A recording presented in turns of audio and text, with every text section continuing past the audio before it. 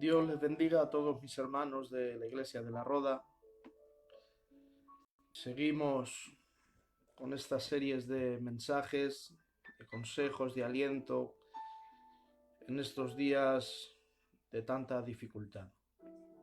En estos días donde van pasando los momentos y nos vamos enterando de trágicas noticias que nos están partiendo el alma. Noticias de gente que queremos, gente que apreciamos mucho, y el Señor los está llamando a su presencia. Hoy, por desgracia, muchísimas de nuestras iglesias en España están vistiendo de negro por culpa de la situación que todos sabemos que estamos viviendo en estos días. Y nos estamos dando cuenta de que no hay ninguna diferencia, que lo que está haciendo esta enfermedad es que no está haciendo ninguna diferencia entre pobres o ricos, entre poderosos o gente vulgar. Está azotando a todos por igual. Y el mundo al completo, como nunca antes en la historia, está sufriendo un azote fuera de lo normal. La Iglesia del Señor estamos muy dolidos. La Iglesia del Señor estamos pasando por momentos difíciles, pero aún así sabemos en quién hemos creído. Sabemos cuál es el fin de nuestra Iglesia. Sabemos dónde se dirige la Iglesia. Sabemos qué propósito tiene la Iglesia. Y sabemos, como siempre hemos dicho, que la Iglesia está en este mundo, pero no es de este mundo. La Iglesia es golpeada igual que es golpeado el mundo, o incluso más. Pero la Iglesia sigue teniendo la esperanza de la vida eterna. La esperanza de el Rey que nos dijo, y ese mensaje debe de estar grabado en cada uno de nuestros corazones: no se turbe vuestro corazón. En la casa de mi Padre muchas moradas hay. Si no fuese así, yo no lo hubiese dicho. Me marcho pues para preparar moradas para vosotros. Y yo regresaré y me tomaré a mí mismo, a la Iglesia del Señor. La Iglesia del Señor, a pesar de todo, seguimos teniendo esperanza. Y quisiera leerles un versículo que se encuentra en el libro de los Hechos, un versículo posiblemente el más difícil que tuvo que escribir el autor de los Hechos, y que nos cuesta, a mí por lo menos, me cuesta asimilarlo. Lo vamos a leer en el libro de los Hechos, capítulo 12, verso 1 y 2, lo leemos en el nombre del Padre, y del Hijo, y del Espíritu Santo. Amén. En aquel mismo tiempo el rey Herodes echó mano a algunos de la iglesia para maltratarles, y mató a espada a Jacobo, hermano de Juan. Y viendo que esto había agradado a los judíos, procedió a prender también a Pedro. Era entonces también los días de los panes sin levadura, y habiéndole tomado preso, le puso en la cárcel, entregándole a 4 grupos de 4 soldados cada uno, para que le custodiasen, y se proponía sacarle al pueblo después de la Pascua. Así que Pedro estaba custodiado en la cárcel. Pero la iglesia hacía sin cesar oración a Dios por él. Y cuando Herodes le iba a sacar, aquella misma noche estaba Pedro durmiendo entre dos soldados, sujeto con dos cadenas, y los guardas delante de la puerta custodiaban la cárcel. Y aquí que se presentó un ángel del Señor, y una luz resplandeció en la cárcel, y tocando a Pedro en el costado le despertó diciendo: levántate pronto. Y las cadenas se le cayeron de las manos. Le dijo el ángel: cíñete y átate las sandalias. Y lo hizo así. Y le dijo: envuélvete en tu manto y sígueme. Y siguiendo le seguía, pero no sabía que era verdad lo que hacía el ángel, sino que pensaba que veía una visión. Habiendo pasado la primera y la segunda guardia, llegaron a la puerta de hierro que daba a la ciudad, la cual se les abrió por sí misma, y salidos pasaron a una calle. Luego el ángel se apartó de él, y entonces Pedro, volviendo en sí, dijo: ahora entiendo verdaderamente que el Señor ha enviado su ángel, y me ha librado de la mano de Herodes, y de todo lo que el pueblo de los judíos esperaba. Y habiendo considerado esto, llegó a casa de María, la madre de Juan, el que tenía por sobrenombre Marcos, donde muchos estaban reunidos orando. Que el Señor nos bendiga en esta tarde por medio de su palabra. ¿Por qué comenzaba esta lectura y decía que posiblemente fuese el texto más difícil de escribir para el hermano Lucas cuando redactó los Hechos de los Apóstoles? Porque ¿cómo es posible entender, hermanos, que los primeros apóstoles del Cordero, que entre ellos se encuentra Pedro y Jacobo, que son metidos en la cárcel, que uno de ellos está cercado por 4 guardias? Por la noche se le muestra una visión del Señor, un ángel lo guía y lo saca fuera de la cárcel. Qué bien, qué gozo y qué alegría saber que Pedro ha sobrevivido a la cárcel por un milagro. Qué maravilla es tomar un café en la casa de Pedro, disfrutando de haber recibido un milagro de Dios. Pero ¿qué hacemos con la casa de Jacobo?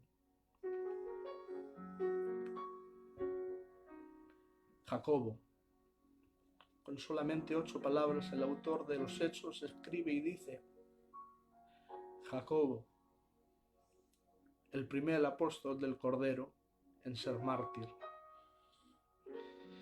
¿Cómo se entiende que Pedro, Dios haga un milagro y lo saque de la cárcel, y Jacobo muera, y encima su muerte sea como un espectáculo que agrada a todos los judíos? Porque dice la palabra que viendo Herodes que esto agradó, también quería hacerlo con Pedro. Qué fácil es ir a la casa de Pedro y tomar café y disfrutar de la alegría de Pedro. Pero qué pocas palabras de aliento hay para la casa de Jacob.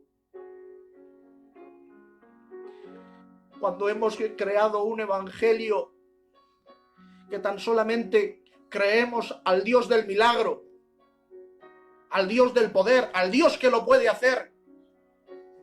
Y es cierto, Dios lo puede hacer. Pero ¿cómo se entiende cuando permite que a Pedro salga de la cárcel y Jacobo muera? ¿Cómo se entiende que hay hermanos que están dando la vida por el evangelio y en estas pruebas están perdiendo la vida?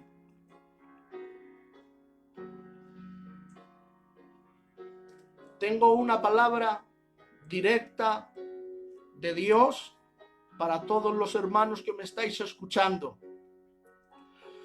Tú y yo no podemos decirle a Dios cómo tiene que hacer las cosas. Dios sigue siendo Dios. Y nosotros seguimos siendo humanos imperfectos. ¿Cómo podría entender un insecto, una hormiga, la lógica de un ser humano? ¿Cómo se le puede enseñar a una hormiga una poesía o una novela? ¿A que sería algo imposible? ¿A que sería algo que no podríamos llegar jamás, nunca a poder hacer? Entonces, ¿cómo queremos lograr nosotros decirle a Dios por qué hace esto, por qué hace aquello? Dios sigue siendo Dios y nosotros somos muchísimo menos que hormigas.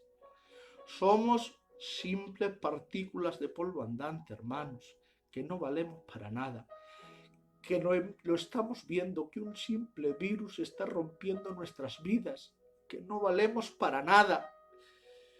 Así que nosotros no podemos poner dudas en la persona de Dios, porque Dios, aunque no lo entendamos, siempre hará lo que es mejor para nosotros. Nosotros estamos limitados a un cuerpo, limitados a un espacio, que no sabemos ni lo que nos va a ocurrir dentro de 30 minutos. No sabemos qué va a ser de nuestra vida ni siquiera dentro de 30 minutos. ¿Cómo vamos a decirle nosotros a Dios qué tenemos que hacer? Y los hermanos que escribieron la palabra bien lo entendían.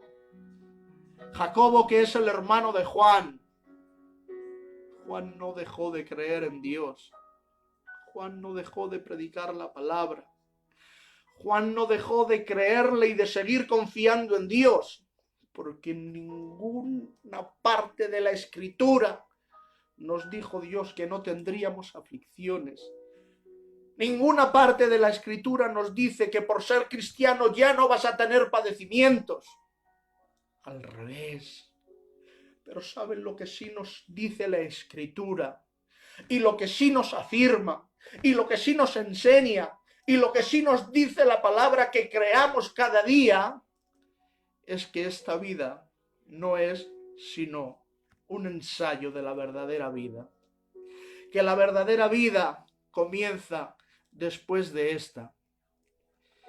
Que la vida eterna, esa sí que la ha comprado el Señor. Esa sí que te le ha prometido el Señor. Y esa sí puedes tener por ciencia segura. Que como dijera el apóstol Pablo a los Corintios, sabemos que si esta tienda, dice, este tabernáculo se deshiciera, tenemos de Dios un edificio en el cielo, no hecho por mano de hombres, eterno, para siempre, hecho por las manos de Dios. Hermanos, más que nunca debemos de cuidarnos, debemos de protegernos, debemos de no salir de la casa. Pero te digo algo, más que todo eso tienes que tener la constancia y la certeza de que si pasa algo, ¿dónde va a ir tu vida? ¿Va a ir al cielo o no va a ir al cielo? Si todavía tienes dudas, todavía estás a tiempo. Estamos viviendo lo que yo creo que son los últimos tiempos, hermanos. El día y la hora tan solamente la sabe el Señor. Es cierto, tan solamente Dios sabe el día y la hora. Pero yo tengo fe, hermanos, y creo que somos la generación del arrebatamiento. Creo que somos la generación que va a ver, que va a escuchar esa voz de mando y esa voz de trompeta.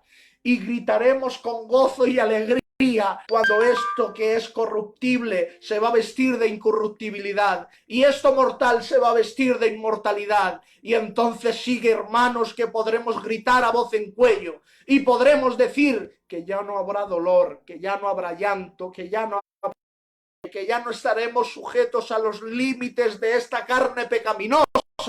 Entonces sí, hermanos. Pero mientras tanto, sigamos creyéndole a Dios. Dios puede librarnos del horno de fuego. Claro que sí. Pero si Dios no nos libra del horno de fuego.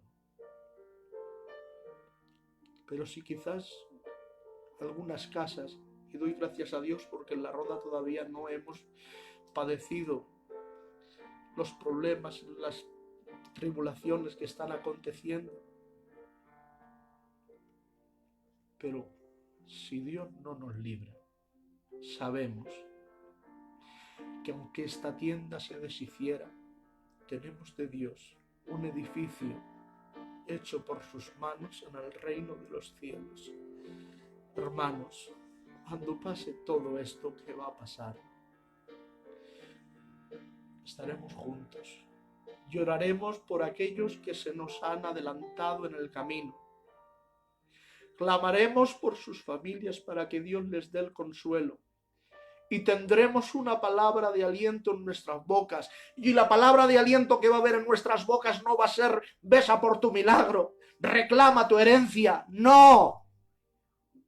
La palabra de aliento que va a haber en nuestras bocas es que el cielo nos está esperando. Es que aquella ciudad maravillosa que ha hecho el mismo Cristo con sus propias manos es la que nos está esperando. Así que luchemos, caminemos, vivamos una vida honesta, entreguémonos cada uno por el bienestar del otro, para así cumplir la ley de Cristo, la ley de la libertad. Hermanos, las promesas de Dios siguen vigentes. Y al igual que cerró la boca de los leones cuando estaba en el foso con Daniel, hubo otros momentos donde no se cerraron la boca de los leones, donde cristianos murieron, donde cristianos dieron la vida. ¿Pero qué es lo que trajo? Un avivamiento.